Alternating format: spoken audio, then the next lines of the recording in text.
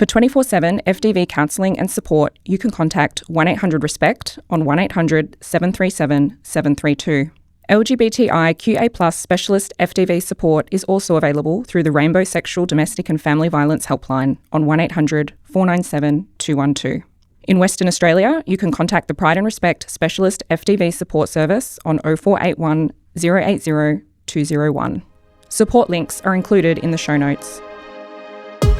Welcome to the Pride and Respect podcast, where we discuss the difficult topic of family, domestic, sexual and intimate partner violence in the LGBTIQA+ community. Each episode, we bring you genuine stories of lived experience and share empowering insights and advice from sector specialists. I'm your host, Dr Jack Farrugia, a researcher in the Youth Mental Health team at the Kids Research Institute Australia.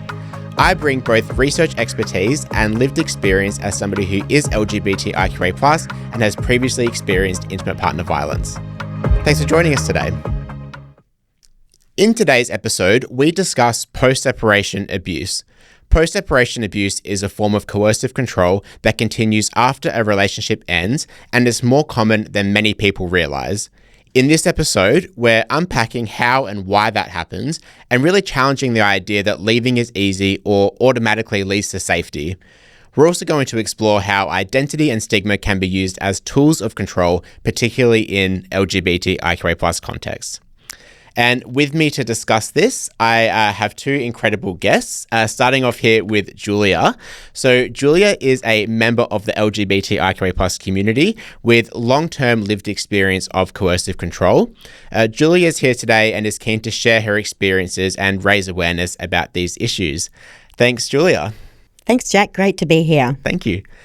And we also have Tori Cooke. So Tori is a family violence consultant, clinical supervisor, and trainer and educator with extensive experience in counselling those affected by family violence and engaging directly with people perpetrating violence. Thank you, Tori. Absolutely wonderful to be here, Jack and Julia. Thanks for the invitation. Thank you. Very keen to have you both here. Look, to start off the conversation, I'm keen to hear a bit about why both of you were keen to be involved in the podcast today. Tori, I might start off with you. I was invited just as a result of some previous work undertaken in Victoria. I identify as ROA, so I come from my community in terms of the asexual community, and I've always had a keen interest in understanding what identity-based abuse looks like in my own community, alongside the years of work that I've been doing in mainstream work as well. So for me, it's, I'm really keen to engage in the discussion from both the perspective of the work that I've done alongside my keen interest to support my community as well. Great. Thanks so much, Tori. Stoked to have you here. And Julia, why were you keen to be here today? It's really great that I get this opportunity to reach out to people and talk, and hopefully there'll be somebody out there that identifies with my story and how there is such light at the end of the tunnel. Yeah, great. Thank you. And keen to hear more about your story as we go throughout the episode today. So Sure. really appreciate you being here to share that with us. Look, to start off this conversation, so coercive control is being increasingly recognised as being family domestic violence. In Western Australia, we're seeing plenty of campaigns that says that. So for someone that is new to this topic, Tori, would you like to share a bit about what is coercive control and what does it look like for LGBTQIA+ people? So coercive control is the use of a range of different strategies to control somebody's time, to control their bodies, to control, the way in which they work and live in the world, to control their relationships with others. In the queer context, coercive control, I guess it takes specific kind of vulnerabilities related to identity to increase isolation and fear. And I'll give you an example of that. In the LGBTIQA+ space, every letter has we have our own communities Mm-hmm. in each one of those letters. And so to be isolated from those communities is quite painful and difficult. There's also things like threatening to out you, weaponizing identity, using homophobic or biphobic or transphobic slurs to degrade or tell you that you're not a real, queer person in lots of ways. Yeah. Controlling transition and healthcare and limiting access to gender-affirming care, which is highly problematic. Controlling or withholding hormone medication, blocking access to appropriate GP care and specialists, Yeah. or destroying gender-affirming items. Yeah. It's cutting you off from the queer community. It's gaslighting about abuse and, forced conformity, pressuring you to dress or act more masculine or feminine to fit their personal stereotypes, regardless of how you identify. It is an attack on your identity. Yeah. Thank you, Tori. And what are some of the common ways coercive control continues after separation? The first thing that I would say is that there's also there's three different contexts when we think about coercive control and the decision making in relation to what to do in the pre-separation state, as well as the separation itself, and then of course the shift into the post-separation environment. So the post-separation environment is a time of high vulnerability, and of course one of the things that people need to be aware of and consider is that the person who is using family violence, the person with the established perpetration pattern, will actually change their pattern across those three contexts. So in the pre-separation environment, in the state of separation itself, and then of course in the post-separation environment. And it's important to remember that people with a perpetration pattern will have their own unique type of pattern. So there's no sort of guidebook around what each person is going to do. And the victim survivor is aware of that. So there's great vulnerability in all of the separation environments. Yeah. Thank you for explaining that. And I think that's a really important thing to recognize, right, is that perpetrators may change their behavior as they continue to enact this abuse. And I think that does mean there's not a one sort of way of knowing how to manage the situation. I think it is really important that we do recognize coercive control as being a really severe form of family and domestic violence. There are plenty of misperceptions that family and domestic violence is just physical, and we've been talking about in this season that we know that isn't the case. And it's really important to remember as well that coercive control, given that it is grounded in manipulation and controlling behaviors and those power imbalances, that it can have really significant long-lasting effects on mental health. And there needs to be more of an understanding, both in this sector and particularly in research as well, the impacts that coercive control does have on mental health, particularly for people of marginalised backgrounds. So the more that we can have these conversations and really bring awareness to that, it's really important. Yeah, absolutely. I think that, especially in my situation being long-term abuse over a number of years and seeing that sort of come and go, and the level of whether it was the violence or whether it was financially or spiritually, I find, that it kind of was like a boiling pot, really. Yeah. And that's a really common experience for victim survivors to have.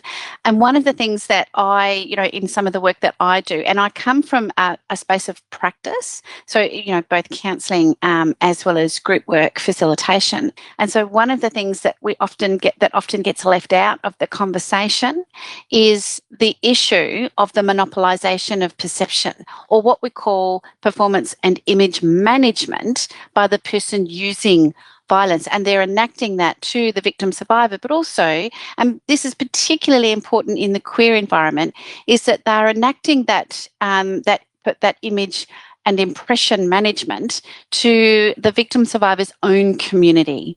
And they're enacting, that impression management to the victim survivor's family and friendship and work colleagues, and really doing an enormous amount of undermining, which then reduces the confidence level for the, and it also increases the fear, because it could be that the person using violence has threatened that I'm going to destroy you, I'm going to destroy your reputation, and then actually enacts a campaign to do exactly that.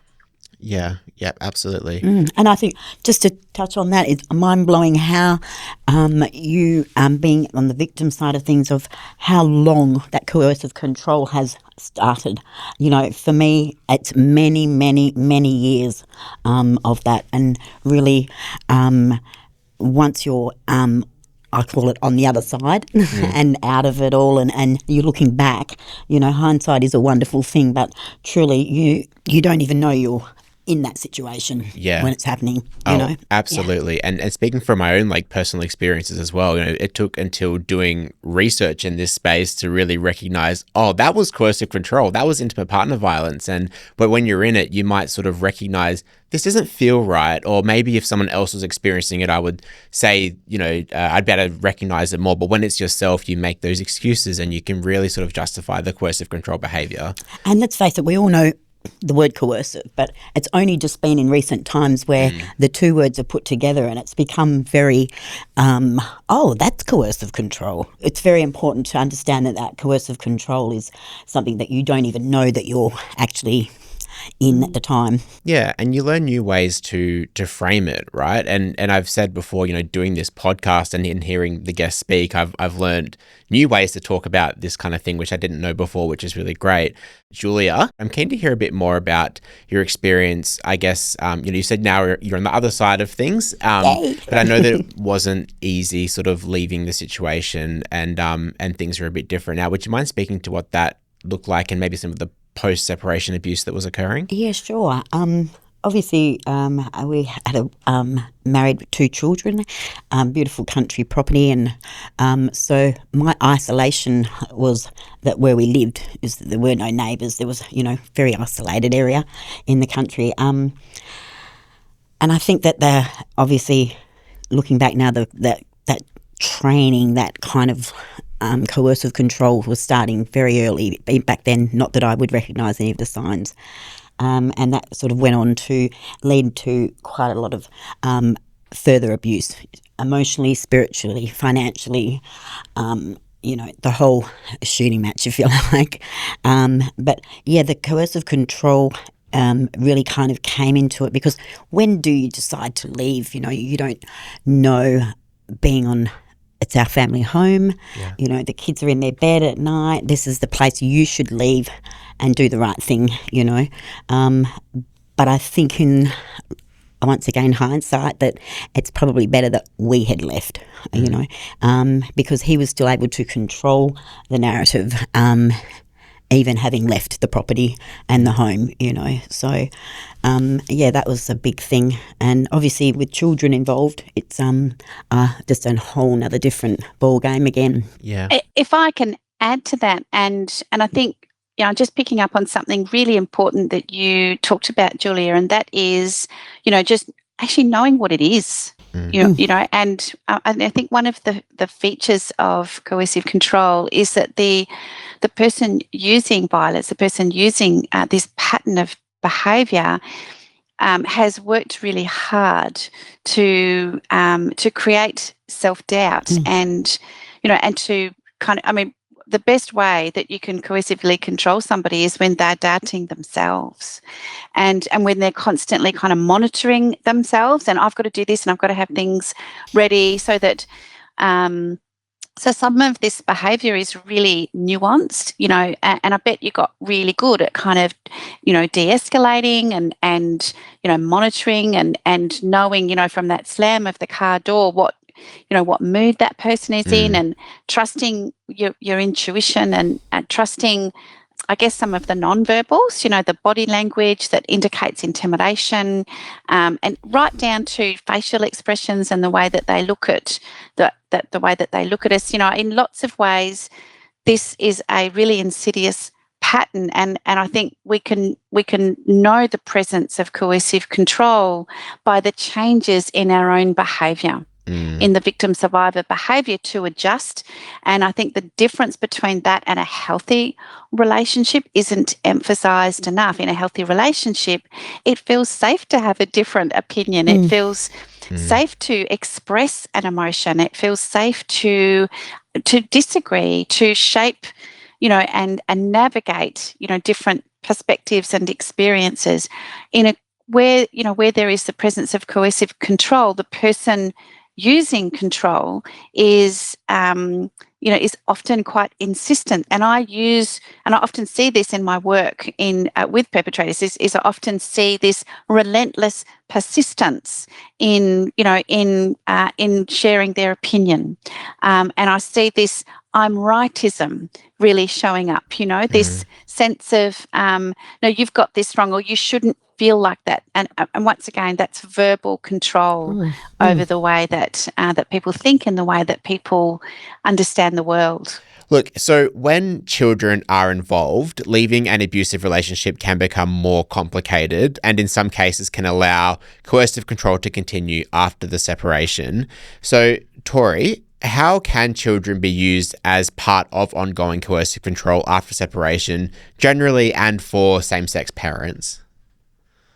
I would be saying that the complexity there would be that, firstly, the ongoing nature of the undermining of the victim survivor's parenting, and also the control of that, certainly the control of time.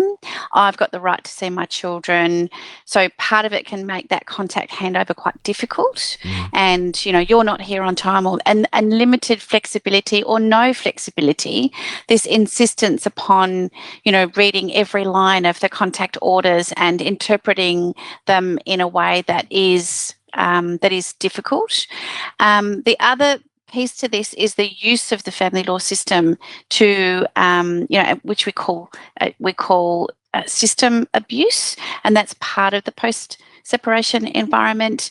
And often how that shows up is the insistence upon continually bringing people back to court to discuss, the issues, but also to lie. And this is particularly tricky in the queer context because there's, once again, I go back to the ways in which people using violence or people using coercive control actually performance and impression manage. So they've got this narrative that they use in court that maligns somebody's identity, that positions that identity is somehow harmful to children, that that they don't have any kind of community that is safe for children. So it can get very, very nasty, and in lots of different ways. Is another form of continuation of the coercive control pattern. Yeah, absolutely.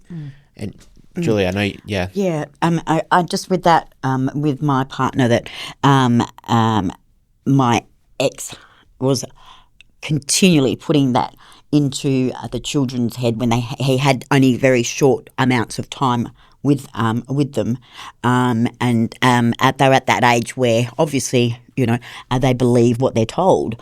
It takes a long time, and just know that it does eventually happen where they start to go, hang on a second, we can start making our own minds up. It doesn't take until they become teenagers or whatever that they start to realise that he is not telling the truth. That mum's partner is a great person, she's not a scary, horrible, nasty person, that he was kind of putting through. But as far as also with that, I just wanted to bring to light about the VRO that was in place, and that how obviously being the father, he was still able to have access and talk to the children, purchase them a mobile phone so they could talk, which led to him continually questioning them about the whereabouts of mum, what she was doing, who is she with, where is she working, oh, what's the new house like, stuff like that, so that he could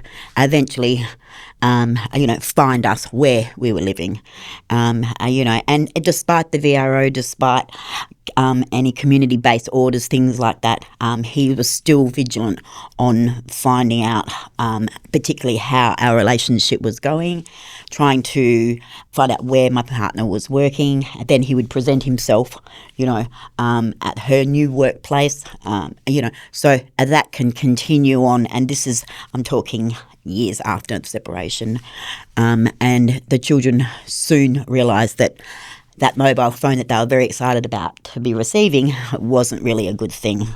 They weren't happy with that phone. Yeah.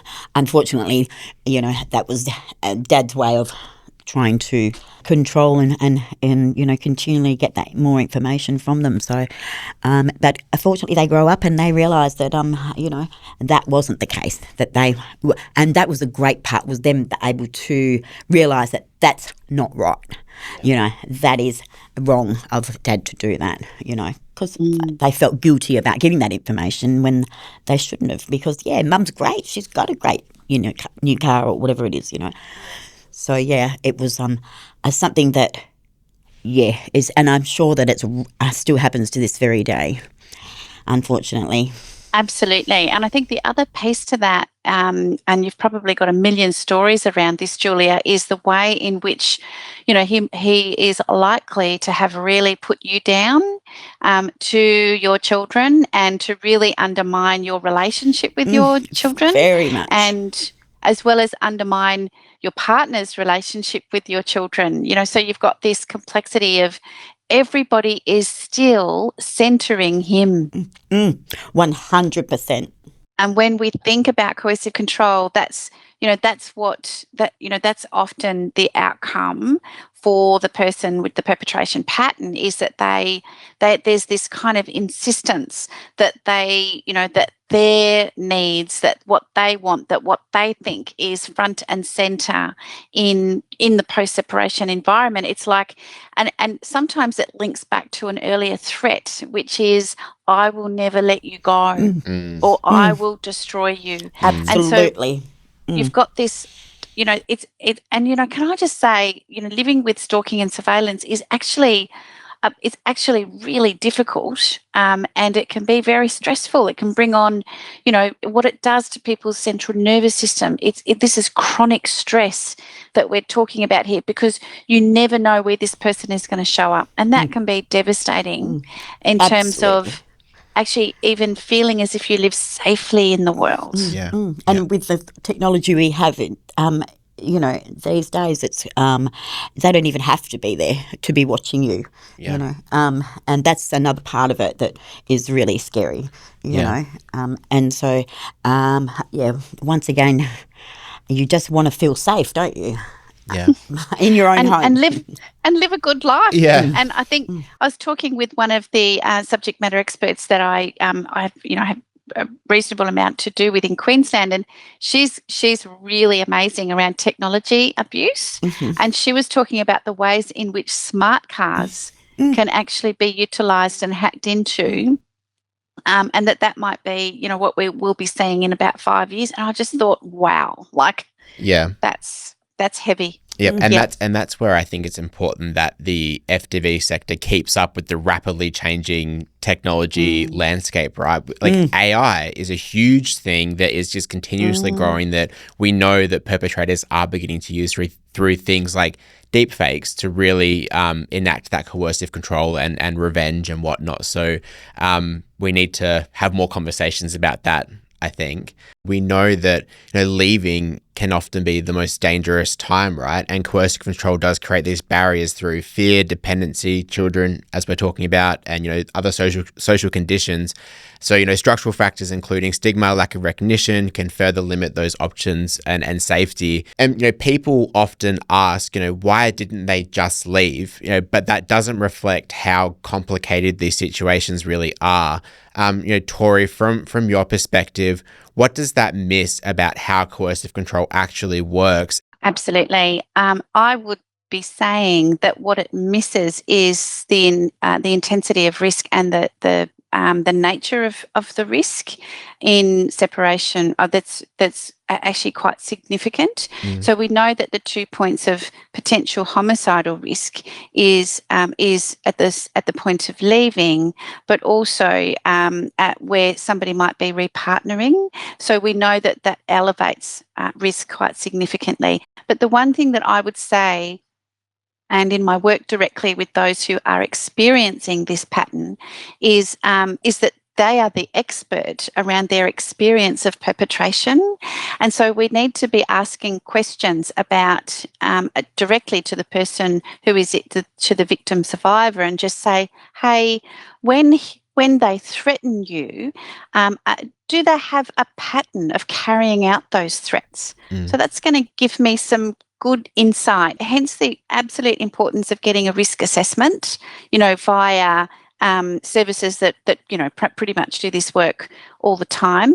And there's the great yourtoolkit.com, which is a really fantastic coercive control resource that's been developed in WA. Actually, it's a really fantastic resource, and actually has a self-assessment in relation to coercive control that I highly recommend. Yeah. But I would say what people fail to understand is that they make the incorrect assumption that this relationship is a healthy relationship that just isn't managing conflict very well. And what they don't understand is that is not the case. This is not a healthy relationship with high conflict. This is a relationship where one person is subjugating and oppressing and putting the entire family at risk. So I often say to people who say, why don't people leave? My response to that is, well, what do you know about coercive control? And and you perhaps need to get some more information on some of the risks that are involved here, and think about how you can actually support your friend or your family member or your colleague a lot better. Yeah, thanks, Tori. And you mentioned some resources in there, and we also have plenty of resources on the Pride and Respect website, and keep listening to the end of the episode for services available, and there are links in the show notes as well. So to our listeners, please do check out all of those resources that are available. That's a Julia. great thing to have is the resources and obviously the access to the internet and so forth, groups and that are online. But for me personally, being isolated in the country, not having those services available, certainly in my wildest dreams would I be doing a self-analysis or anything like that. In my time, the abuse was very physical, and he was obviously incarcerated for some time, which really was my time to leave. I felt that was the safest time, In my situation, we decided that he would leave and I would stay with the children so we could continue that normal kind of thing with school and so forth. But that just gave him the right to come and go as he pleased. That just wasn't suitable at all. And, so in order to really cut a long story short, it was the best thing to sell up and just get out, Yeah. But obviously that takes time and energy and a lot of conversations that need to take place that really you don't want to be having, and fortunately he was incarcerated, so that just gave me a little bit of breathing space to say, right, now it's, time to move and do it really as fast as I possibly could. Yeah.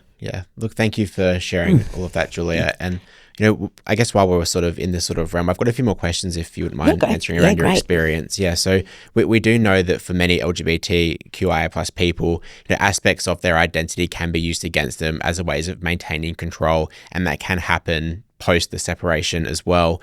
If you feel comfortable sharing, was that something that played a role in your experience at all, and what that might have looked like? Yeah, absolutely. In a small country town, it was such a big thing for her and I to even come out, let alone the fact of what had been happening in my abusive relationship. We were both very well known in the town, and obviously, like a true perpetrator, he had a very good mask that he wore for everybody. that loved and really admired him. So for that to turn around and for him to be gone and then for us to actually come out was a lot for a lot of people to understand and kind of take, even my closest family members, So yeah, and then he was released, and that's when it all started all over again. And so not only that, he then had another person to abuse, which was my partner, which became even more toxic. This time he was using substances, and it just became a whole different level of what I had experienced. Yeah. So that then was something that we both had to, my partner and I, my new partner, we both had to kind of weigh up and, is it worth it? Why does she want me in her life? But love always wins. Yes, yeah. And, we had to make some serious decisions, and he was just focused on bringing her down in every possible way that he possibly could, and myself as well. But, to a point where we had to leave our jobs, and, sell the family home and leave our support networks, friends that I'd had for many, many years. And we had to just relocate to a new place, which is what we did. Look, that sounds just unbelievably challenging. And it sounds like, and please correct me, if I'm wrong here, but it sounds like that maybe by being LGBTIQA+, that was part of the control, or part of the coercive control tactics that he might have been using? Absolutely, because there was many, many people that had no idea that was even happening, that relationship. We were just great friends, And she was there in times of support, So, and many people in the town didn't even really know that. It was very, very one-eyed, very, heterosexual kind of place, country town. Yeah. Yeah, to have that, anything left of centre just didn't fit. So it was easy for him to bring that demise to us, oh, this is what they're doing, and, constantly putting things in that were, 100% everything was a lie. But his following got bigger and bigger, and, my partner had to wear that, and that's really not fair for her, to have to deal with somebody like him, but and then also be there to support me and the two kids, and it was something that we both decided that we just had to go, which involves so much, so, and even then by just selling one home and going and moving to the city, we'd often go back and people would just walk by and talk, and the small town syndrome is truly alive in Western Australia. It's really awful. Yeah, well, I think and your story really does highlight how regional areas so small, everyone knows each other, and particularly if you are a part of the LGBTQIA+ community, everyone already does know each other, so that sort of small sort of pool of people that might be aware of the situation, it makes things a lot harder. Yeah, absolutely. Yeah. And then, you've also got the children trying to understand and fit that into that sort of a thing as well, and hearing gossip at school and on the bus, and, that sort of stuff. So it really, it's just spreads so far and wide. Sometimes you don't even believe it, Yeah.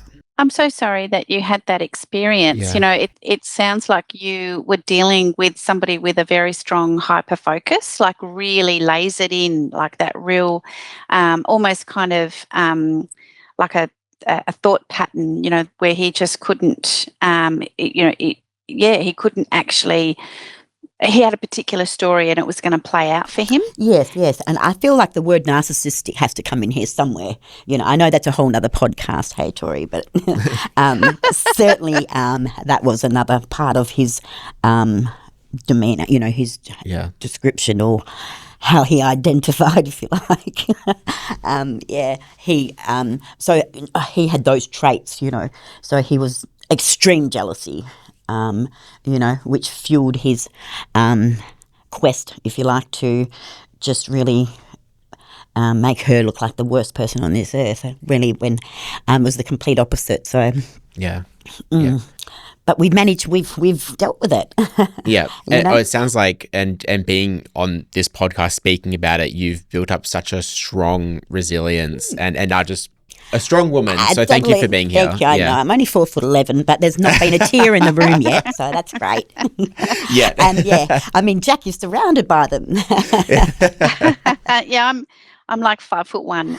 But I just want to comment, Julia, on, the incredible bravery and courage that it takes to kind of navigate, somebody who's trying to undermine, your parenting, your relationship, your reputation in your own community, your friendships, all of that, to come out of that with it. I bet you learnt a lot about you, and you learnt a lot about,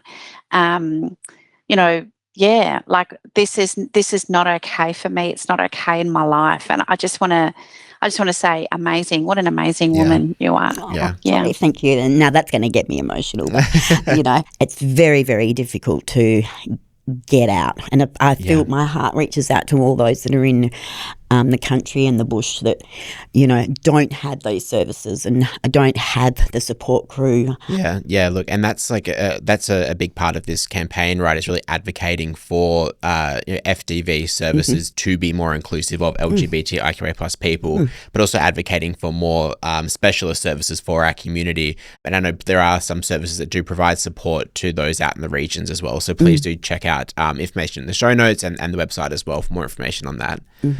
Or just give me a call. Oh, yeah. Well, if you've got any more advice, I'm keen to hear more about, what helped you begin to rebuild and what does a safe and respectful relationship look like for you today? Look, these days I'm, just coming into my prime as I've turned 50.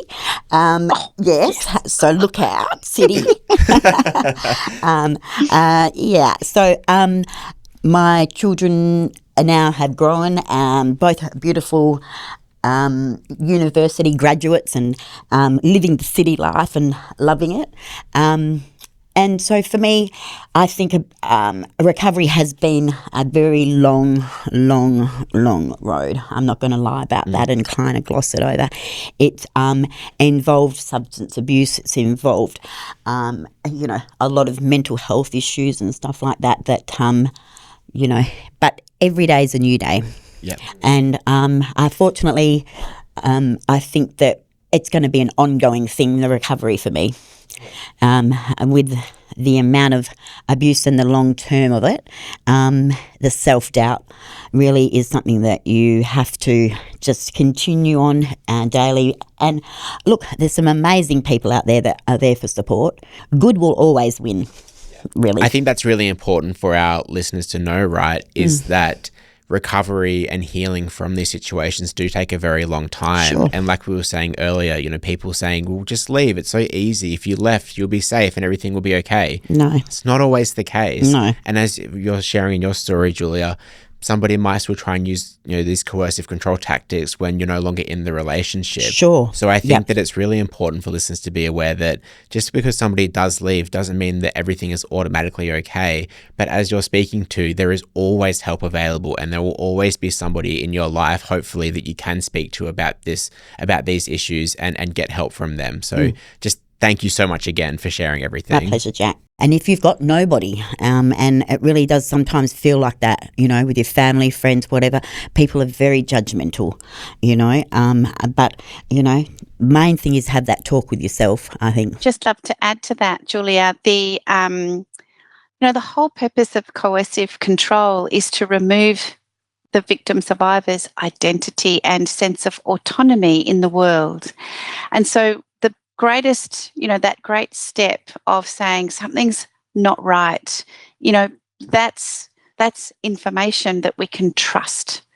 And I think that one of the things that often strategies are used by the person using violence to undermine that. And so connecting back into your autonomy is such an incredible part of the healing and recovery process. And for some people, there's some people who would never use the word recovery because healing is a lifetime. And, we need to really respect the way that people come back into their own, come back into their sense of autonomy and the way that they make decisions for themselves and their families in the world. And that takes great courage.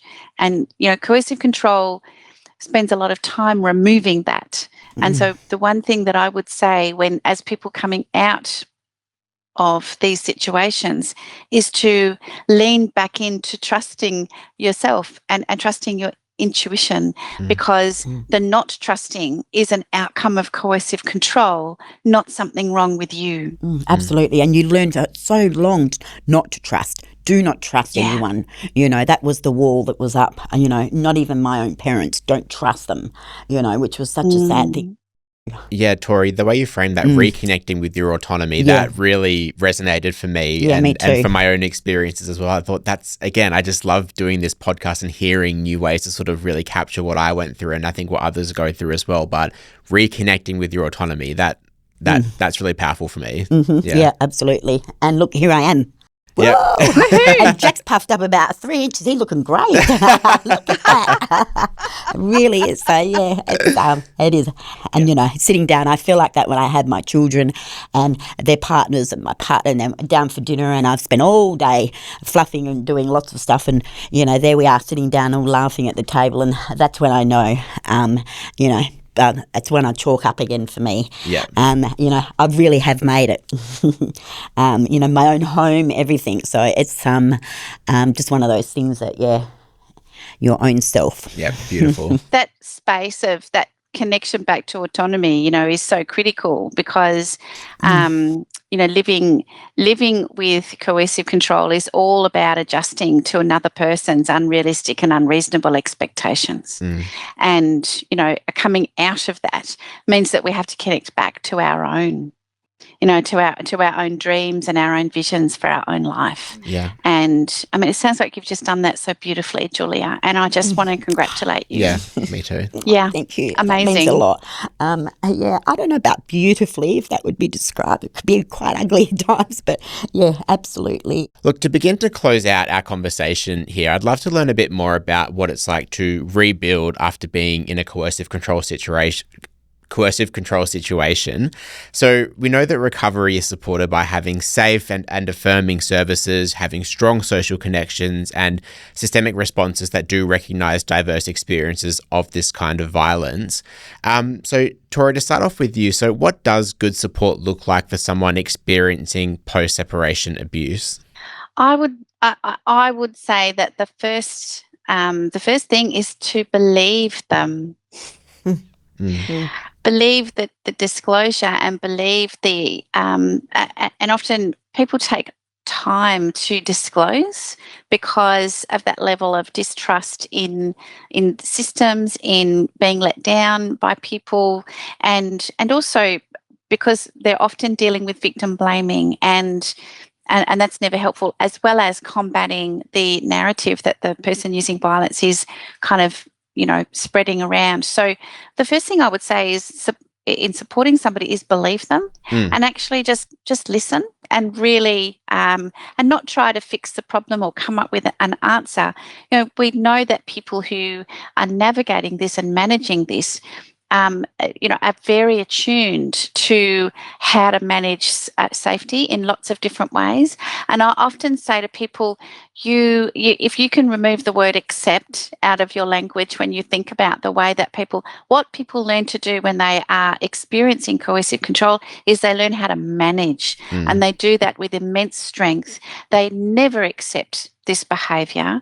They might worry that they are accepting the behaviour. They might be judged and in this perceiving of acceptance. But every victim survivor I've ever worked with in 30 years has never accepted this violence in their life. Yeah. And so a really good support mechanism is to believe people, just to listen and to pay respect to what they need. Have a plan, have a safety plan, have a set of steps. So what I would say is support the victim survivor in just listening and providing good information about what coercive control is, and holding up a mirror to her journey or their journey as they unpack and make sense of this very complex set of behaviours as they move their way back to their sense of self and self-autonomy in their decision-making. So I would say to people, don't make decisions for people. Actually just listen and trust that they need information, they need support, and they need to be believed. Yeah, and really moving away from that victim blaming narrative, right? And really holding the perpetrator accountable, as we were speaking to earlier. That's really, really resonates. Thank you for that. Just believe is a pretty simple little word to say, isn't it? But very hard to do. And beautiful words, Tori. Thank you for saying that. Yeah. And if I can, Jack, add one more thing, in inviting people into change work and undertaking, the challenge of change work, that is where we can see that it is choice-based behaviour. And it's incredibly important for victim survivors to know that. There is a whole range of different ideas around causality here. But when we think about, there's something about this behaviour that rewards this person. That's and right. so if we move them towards change, then we have to talk about accountability and where that accountability sits. And this isn't somebody who just got drunk and inappropriate one night. Yeah. This is not somebody who's got a really problematic mental health issue. No, some of those things might be there, but that is not what's causing this behaviour. Do they accept that accountability, Tori, in your experience? In my experience, and I would say, and I have said this to victim survivors over time, is that as a service system, we have to incorporate, programs that and actually invite and work with the change work and the expectation in our systems that they will attend, and often they have to attend through mandated programs, and that's fine. That's however they land in front of us is however they land in front of us. But I would say that so much of our work is about leading into high resistance and then moving them from high resistance to really understanding the impact of harm.